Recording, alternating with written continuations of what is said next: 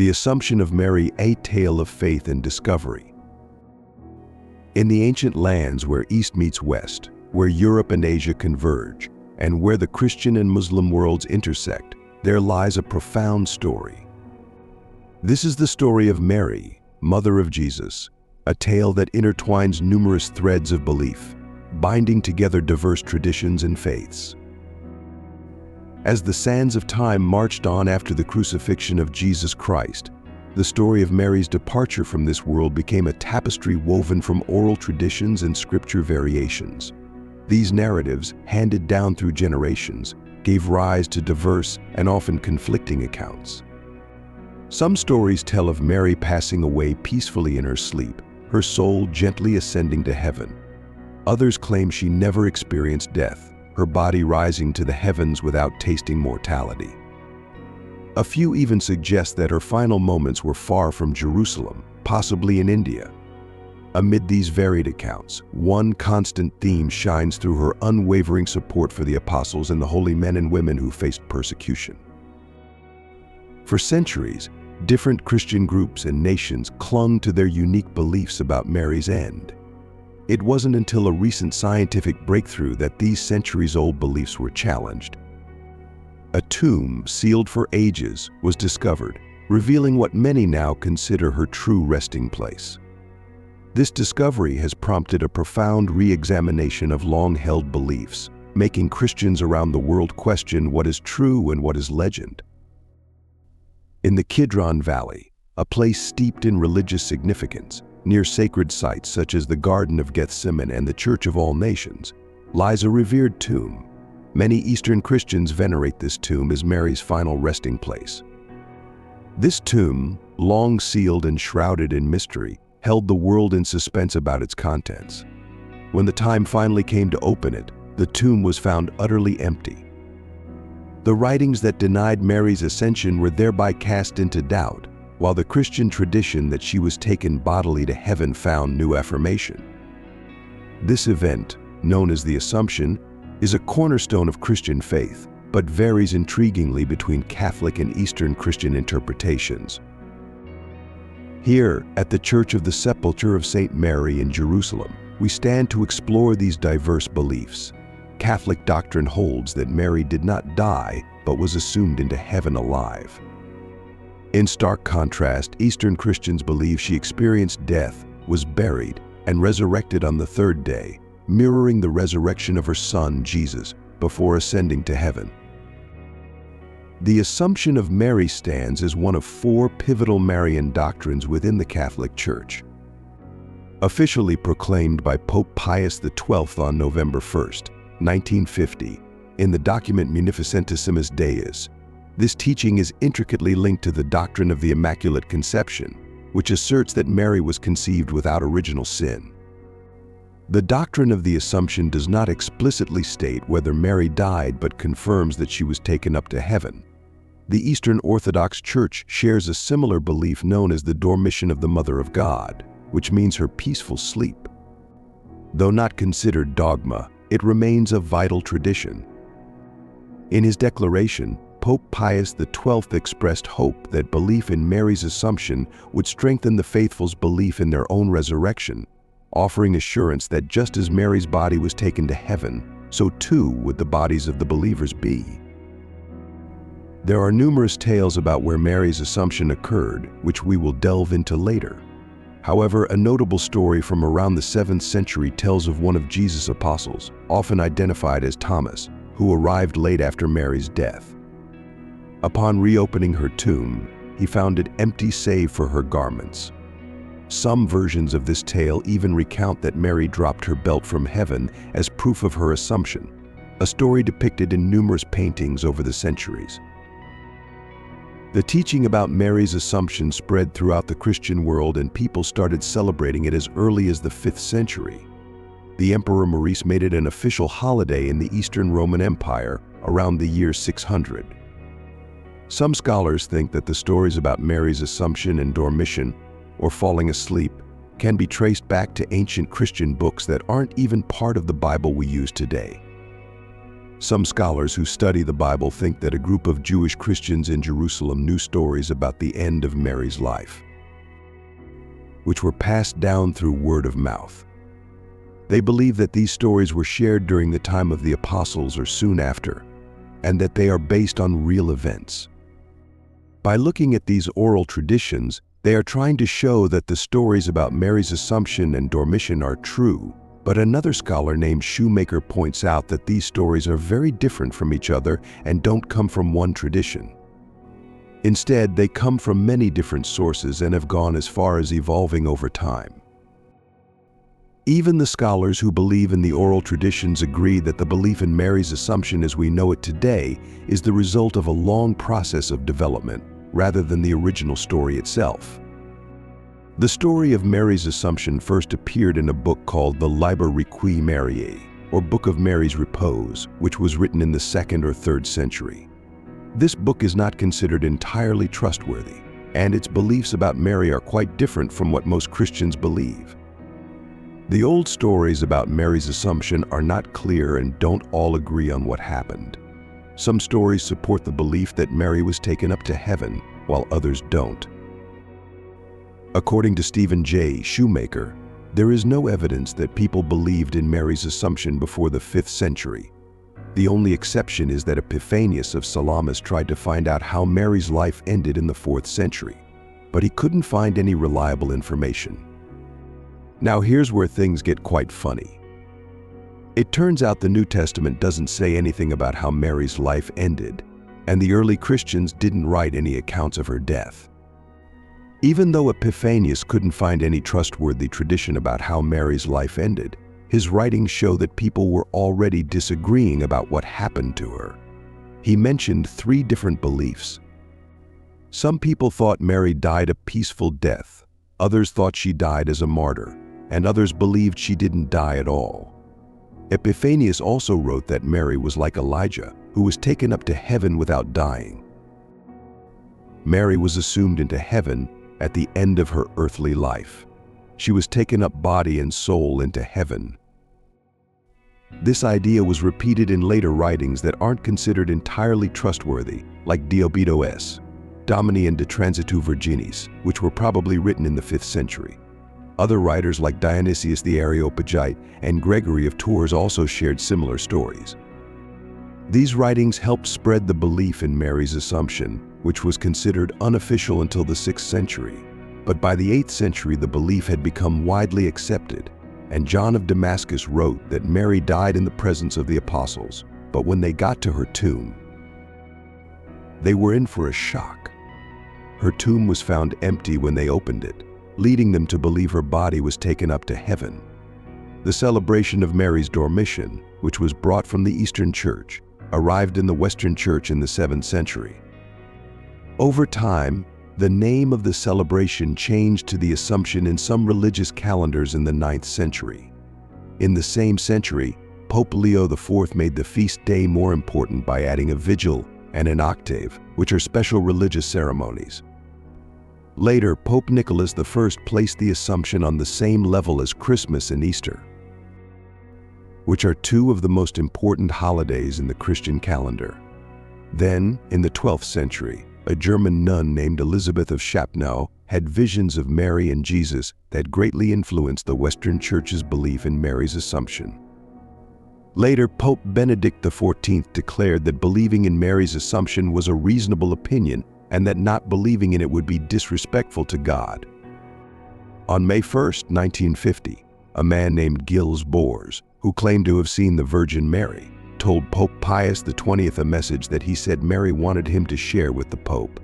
The message was about the Assumption of Mary, which is the belief that Mary was taken up to heaven. Pope Pius XX had been praying for a sign to confirm that this belief was true, and he took Gilles' message as that sign. 6 months later, on November 1, 1950, the Pope officially declared the Assumption of Mary as a dogma, which is basically a belief that is considered absolutely true by the Catholic Church. What makes the whole thing more complicated is that not all Catholics believe the same thing about Mary's Assumption.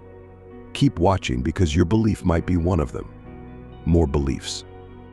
of Mary's ascension into heaven. Some Catholics believe that Mary died before she was taken up to heaven, but they also believe that she was brought back to life by a miracle before being assumed. This belief is called the moralistic interpretation. There are also some Catholics who believe that Mary was taken up to heaven without dying first, which is called the immortalistic interpretation. Others believe that she died and was then taken up to heaven, which is called the mortalistic interpretation. The last two beliefs are allowed in the Catholic Church, and Eastern Catholics celebrate the feast day as the Dormition. But many signs in Catholic traditions, such as prayers, stories, and art, suggest that the mortalistic interpretation is more widely accepted. Remember that Saint Pope John Paul II publicly expressed the mortalistic belief. The Catholic Church celebrates the Feast of the Assumption on August 15th, while the Eastern Orthodox and Eastern Catholic churches celebrate the Dormition of the Mother of God on the same date. Before the feast, Eastern Christians fast for 14 days to honor Mary's life and death. They believe that Mary died a natural death, but that her soul was taken up by Christ immediately. They also believe that her body was resurrected after her death and taken up into heaven, where she awaits the general resurrection of all believers. Protestant beliefs about Mary's Assumption vary, with some groups closer to Catholicism believing in a bodily assumption, while most Protestants do not. In the Anglican tradition, there is also a range of beliefs, with some accepting the Assumption, others rejecting it, and some considering it a matter of indifference. Although the doctrine was largely absent from Anglican worship for many years, it experienced a resurgence in the 20th century among Anglo-Catholic groups who celebrated it under different names. Today, different Anglican churches celebrate a feast day on August 15th, but with different names and focuses. The Church of England honors the Blessed Virgin Mary without specifying the Assumption, while the Scottish Episcopal Church simply calls it Mary the Virgin. In the United States, the Episcopal Church celebrates Saint Mary the Virgin, Mother of our Lord Jesus Christ, while other provinces like the Anglican Church of Canada mark the day as the falling asleep of the Blessed Virgin Mary, which is another way of referring to the Dormition. For hundreds of years, the tomb of Jesus Christ in the Church of the Holy Sepulchre in Jerusalem has been covered with a layer of marble. But in October 2016, a team of scientists finally got to see what was underneath. They were working on a project to fix up the tomb in the church, and they were excited to learn more about this important place. When the scientists removed the marble, they found a lot of extra material underneath. They were surprised by how much was there. Now they get to study the original rock that Jesus' body was laid on, according to Christian belief. That's not all. According to the Christian faith, Jesus Christ was killed by the Romans and then placed in a special spot in a cave. This spot was like a shelf carved out of the rock of the cave. This event happened either in the year 30 or 33. Christians believe that Jesus came back to life after he died, and when some women went to visit his body a few days later, they found that it was gone. The shelf where Jesus was placed is now inside a small building called the Oedicule, which is like a little house. This building was rebuilt between 1808 and 1810 after it was damaged in a fire. Since 2017, a team of scientists from Greece has been working to fix up the Oedicule and the tomb inside it. They are being led by a woman named Professor Antonia Miropoulou, who is in charge of the project. Scientists are very excited because they finally get to see and study a very important place that has been hidden under a thick layer of marble for so long. By studying the original rock of the tomb, scientists can learn more about what the tomb looked like a long time ago and how it has changed over time. They can also learn about how people have been honoring and respecting this place for a very long time. The scientists are using special tools and techniques to study the tomb and take detailed pictures and notes. This will allow people from all over the world to see and learn about the tomb as if they were actually there. The leader of the project, Professor Antonia Miropoulou, says that they are at a very important moment in their work, and that the special ways they are used to study the tomb will help everyone learn more about this unique and special place. the church closed early. So many people who were visiting from other places were standing outside, confused, because they couldn't get in. Inside the church, there were lots of different people, like workers wearing yellow hats, monks wearing brown robes, priests wearing black hats, and others wearing special hoods. They were all gathered around the special tomb called the Edicule, trying to get a look inside. The tomb is usually dimly lit by candles, but this time it was brightly lit, showing off details that are usually hard to see. The special tomb is surrounded by a fancy building that was built in the 1800s. Right now, that building is covered in beams and safety tape. Inside the tomb, the special slab of marble that covers the important bench had been pulled away from the wall. This slab is about as big as a door and is made of white marble with a smooth finish. Underneath the marble slab, there was a stone surface that was a gray-beige color. When someone asked what it was, the person in charge of taking care of the tomb said they weren't sure yet, but it was time to use special tools to figure it out. The Church of the Holy Sepulchre, which is also called the Church of the Resurrection, is a very important place for many different groups of Christians. 6 groups take care of the church, and 3 of them, the Greek Orthodox Church, the Roman Catholic Church, and the Armenian Orthodox Church, are in charge of making big decisions. The other 3 groups, the Coptic, Ethiopian Orthodox, and Syriac communities, also have a say in what happens at the church. The church has some special areas that all the groups use together.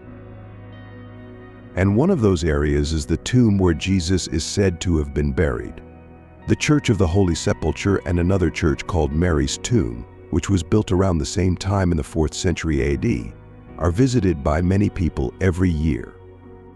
The special building that houses Mary's tomb has been destroyed and rebuilt many times over the years. The building that stands today was constructed by a group of Franciscan friars in the 14th century. The Greek Orthodox Church is the main caretaker of the building, but they share some responsibilities with other Christian groups. To reach Mary's tomb, visitors must go down a long staircase that is over 1,000 years old. On the way down, they pass by 2 smaller chapels, one dedicated to Mary's husband Joseph and another dedicated to her parents. When they reach the tomb, they have to duck down to enter the small space. Inside, they are surrounded by beautiful religious art and icons from the Middle Ages. The atmosphere is peaceful and reverent as pilgrims come to pray and light candles. Before scientists finally found Mary's resting place, there were several spots believed to be where she was buried, and you won't believe how some traditions have justified their claims. Some places where people believe the Virgin Mary was buried, there are different beliefs about the tomb of the Virgin Mary.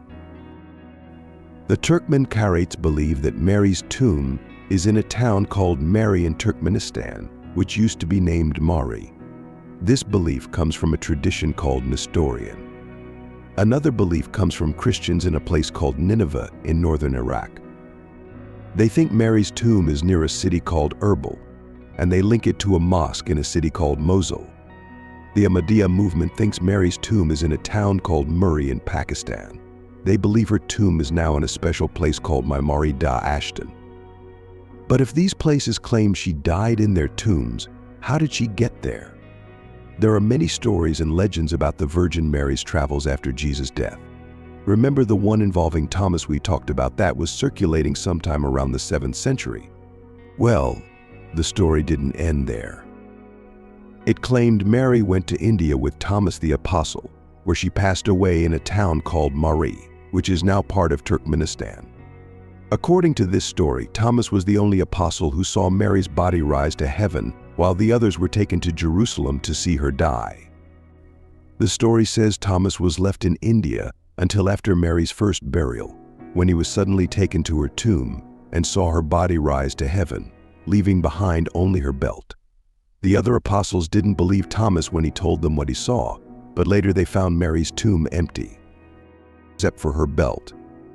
This story was often told with drawings and paintings during the Middle Ages and early Renaissance. There's another legend that says Mary traveled to the Middle East and died in a town called Mari, which, remember, is in modern-day Turkmenistan. There's another story about the Virgin Mary's life that says she went to a place called Ephesus towards the end of her life, around 3745 AD. This story says she was accompanied by Saint John, who was like a son to her. Some historians from the Renaissance period wrote about this trip. And local Christians believed that a small house near Ephesus was Mary's home. Saint John wrote in his gospel that Jesus, before he died on the cross, asked John to take care of his mother, and from that moment on, John looked after her. The book of Acts tells us that after Jesus' death, his followers faced persecution in Jerusalem. Saint Stephen was stoned to death in 37 AD and Saint James was beheaded in 42 AD. The apostles then decided to spread out across the world to preach the gospel, and Saint John was given the responsibility of preaching in Asia Minor, which is now modern-day Turkey. He likely took Mary with him to escape the persecution in Jerusalem. Two historical pieces of evidence support this story. First, the tomb of St. John is in Ephesus, and second, the first church dedicated to the Virgin Mary was built there. So up and down the ages the churches had to deal with heresies, and in 428 AD the Bishop of Constantinople was Nestorius. In the early days of the church, buildings were only dedicated to people who had lived or died in that place, so this shows that Mary was indeed in Ephesus. The Ecumenical Council of 431, a very important meeting of church leaders, was held in this basilica in Ephesus to define the dogma of Mary's divine motherhood. The Council Fathers wrote about Nestorius, mentioning that he arrived in Ephesus, where St. John and the Holy Virgin Mary, Mother of God, were. The villagers of Kirkinji, who are descendants of the early Christians of Ephesus, have also passed down an oral tradition through generations that Mary died in that place, which they call Panaia Kapulu. They keep this tradition alive with an annual pilgrimage on August 15th. In the 19th century, a book called The Life of the Blessed Virgin was published in Germany. The book was special because it was based on the visions of a nun named Anna Katharina Emmerich, who had never left Germany but had seen many things in her dreams. In her visions, she described the hills of Ephesus and the house where the Virgin Mary spent her last days. People were amazed by her descriptions, and they wanted to see if they were true. So two groups of scientists went to Ephesus to search for the place Anna Katharina had described, and they found it. The house was exactly as she had said, and it was built on foundations that were from the 1st and 4th centuries. Some parts of the building were from the 7th century, and it had been restored one last time in 1951. Even the Pope, Paul VI, visited the site in 1967 and said that the legend was true. Now, every year on August 15th, Christians and Muslims come together to celebrate a special service in honor of Mary's Assumption into heaven. Islam too has an explanation for how the Virgin Mary got to where she breathed her last. In Islamic belief, the Prophet Muhammad had a special journey one night. He was taken from Mecca to Jerusalem and then all the way to heaven, all in one night. He wasn't alone, though. The angel Gabriel was with him. Along the way, they saw many important prophets, like Abraham, Moses, and Jesus. They were all gathered around the tomb of Mary, the mother of Jesus. This tomb is said to be in Jerusalem, near a special place called the Dome of the Rock. Some stories even say that Muhammad saw a bright light shining over her tomb. After visiting Mary's tomb, Muhammad continued his journey to heaven. When he got there, he saw Mary again, sitting in a special place next to God's throne. That wasn't all he saw. She was surrounded by angels. In Islam, Mary is considered a truly amazing woman, one of the best in history. God chose her because she was so pure and devoted to him. She's often mentioned alongside the prophets and other holy people. The Quran, the holy book of Islam, talks about Mary many times, showing how important she is to Muslims.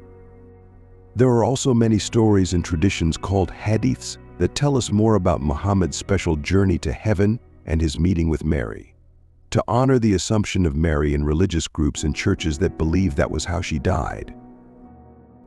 Orthodox Christians prepare for the special day of the Assumption of Mary by fasting for 14 days. This means they don't eat certain foods and also abstain from sexual relations. During this time, they follow strict rules on weekdays, only eating certain foods and not drinking wine or oil. On weekends, they are allowed to have wine, oil, and fish on the special day of the Transfiguration, which is August 6th. This fasting is a way to show respect and devotion to Mary, the mother of Jesus. The Assumption of Mary is a very important day for many Christians, including Catholics, Orthodox, Lutherans, and Anglicans. It's seen as Mary's heavenly birthday, the day she was taken up into heaven. As we mentioned earlier in the video, many countries around the world celebrate Assumption Day on August 15th as a special public holiday. Some of these countries are Andorra, Austria, Belgium, Burundi, Cameroon, and many others in Europe, Africa, and South America. In these countries, people often go to church and spend time with family and friends on this day. In total, there are over 30 countries that celebrate Assumption Day as a public holiday. Some of these countries include France, Greece, Italy, Poland, Portugal, Romania, Spain, and many others. In some countries like Hungary, Assumption Day was celebrated as a public holiday in the past, but is no longer observed. In other countries like Montenegro, only certain communities like Albanian Catholics celebrate Assumption Day. In some parts of Germany, like Bavaria and Saarland and Switzerland, like 14 out of 26 cantons, Assumption Day is a public holiday. In Guatemala, it's a special day in the capital city and the town of Santa Maria Nabaje, where Mary is considered the patron saint. In some countries like Costa Rica and parts of Belgium, Assumption Day is celebrated together with Mother's Day. Even in countries where it's not a public holiday, Assumption Day is still a big deal for many Catholics, Eastern Orthodox, and Oriental Orthodox Christians. For example, in the Czech Republic, Ireland, Mexico, the Philippines, and Russia, people still celebrate this day with religious services and other traditions. In Bulgaria, the Feast of the Assumption is the most important celebration of the Holy Virgin in the Eastern Orthodox Church. People go to church and offer special prayers and gifts. In the city of Varna, they even have a procession with a holy icon concerts. Many places around the world have grand celebrations and significant church events to honor Assumption Day. In Canada, this day holds a special significance for the Acadian people, who regard Mary as their patron saint. On this day, some businesses, especially in areas where French is widely spoken, such as parts of New Brunswick, close their doors in observance. Mary is also the patron saint of Malta, where her feast day on August 15th is celebrated as a public holiday. In Malta, Assumption Day is marked with elaborate church services, drawing large congregations who come together in reverence and celebration. Similarly, in a small town in Texas called Praha, Assumption Day is celebrated with a large festival that attracts many visitors from near and far. This festival is a vibrant expression of faith and community spirit, reflecting the deep-rooted traditions surrounding the Assumption. Despite the importance of Assumption Day to many Christians, not all churches officially use the term Assumption Day. For instance, some Anglican and Lutheran churches observe the feast without specifically referring to it as Assumption Day. This variation in naming underscores the diverse ways in which Christian communities honor Mary's Assumption. In some Eastern Orthodox churches that follow the Julian calendar, Assumption Day is celebrated on August 28th instead of August 15th. This difference in dates highlights the rich tapestry of traditions within Christianity, each with its unique way of venerating Mary. As we ponder these diverse claims about Mary's death and resting place, I invite you to reflect on which narrative resonates most with you. Do you celebrate the Assumption of the Virgin Mary? How do these stories and traditions impact your faith and practice? We would love to hear your thoughts and experiences in the comments below. Thank you for joining me on this enlightening journey of discovery and reflection. If you found this exploration meaningful, I encourage you to subscribe, hit the bell for notifications, and share this message with others. By doing so, You help spread these timeless stories and keep the conversation alive. Let's continue to delve into the depths of these profound narratives together. Comment below with your thoughts and questions, and let's keep the dialogue going. Through our shared exploration, we can uncover more profound truths and find ways to apply them to our lives in meaningful ways. God bless you, and thank you for being a part of this journey.